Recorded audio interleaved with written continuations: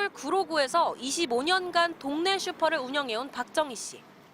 여느 때처럼 설을 앞두고 가게 앞에 명절 선물을 들여놨지만 큰 기대는 접었습니다.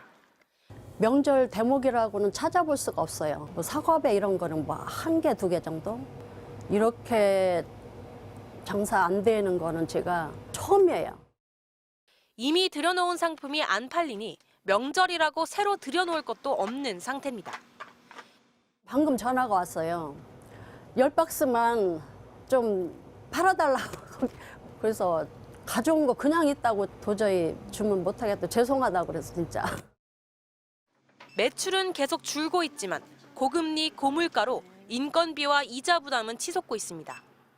매출이 줄다 보니까 이제 직원을 쓰기는 너무 힘든 거예요. 아무튼 인건비 때문에 한 사람 그만뒀어요. 그렇게 오랫동안 해왔는데 업종을 바꿔야 되나.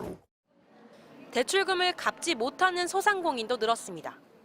지난해 지역신용보증재단이 소상공인들이 갚지 못한 은행 대출을 대신 상환해준 대위 변제액 규모가 1조 7천억 원을 넘어섰습니다. 2020년부터 조금씩 늘어나다 지난해엔 3.4배나 급증한 겁니다.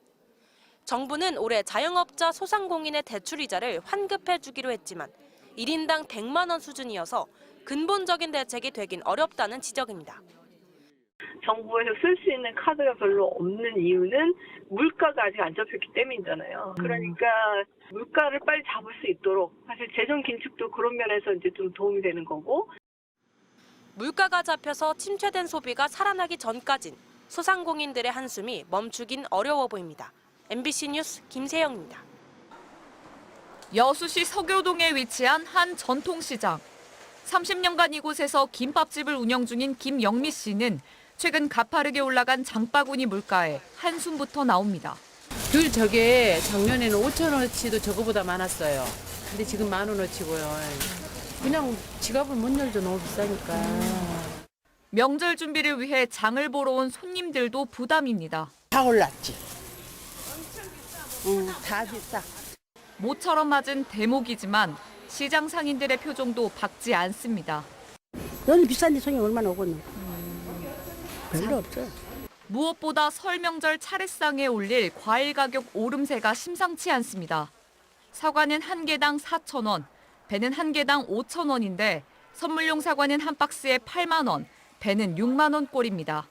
지난해 같은 기간에 비해 사과는 40%, 배는 13% 오른 겁니다.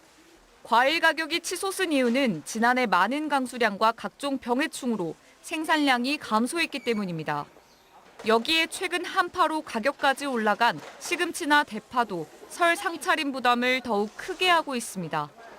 한국농수산식품유통공사 조사 결과에 따르면 올해 설 상차림 비용은 재래시장의 경우 4인 기준 27만 8천 원. 역대 최고치입니다. 상차림 물가가 하루와 다르게 오르면서 지자체의 발걸음도 바빠졌습니다.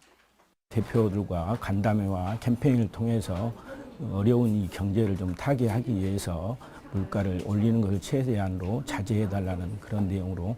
높아지는 물가로 힘든 요즘. 민족 최대 명절 설을 앞두고 상차림 비용마저 오르면서 소비자들의 부담이 더욱 커지고 있습니다. MBC 뉴스 최왕지입니다.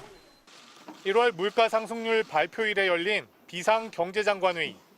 최상목 경제부총리는 1월 물가는 선방했다고 자평하면서도 2월과 3월에는 물가 상승률이 다시 3%대로 뛸 수 있다고 밝혔습니다.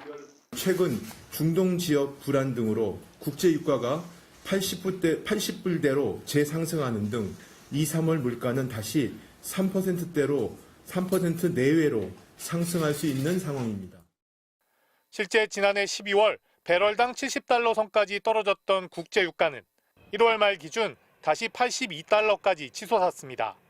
이스라엘 하마스 전쟁이 다른 지역으로도 확산되고 있고 홍해 인근에서 상선들이 공격받는 등 중동의 불안 요소가 국제 유가에 고스란히 반영되고 있습니다.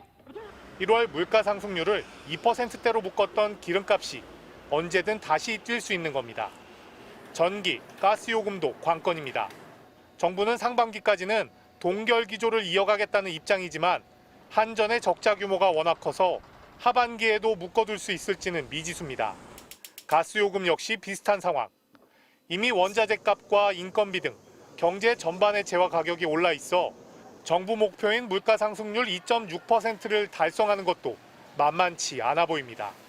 경제 전반의 고물가 압력이 광범위하게 스며들어 있는 것으로 판단이 되고요. 단기간에 고물가를 잡기는 쉽지 않아 보입니다.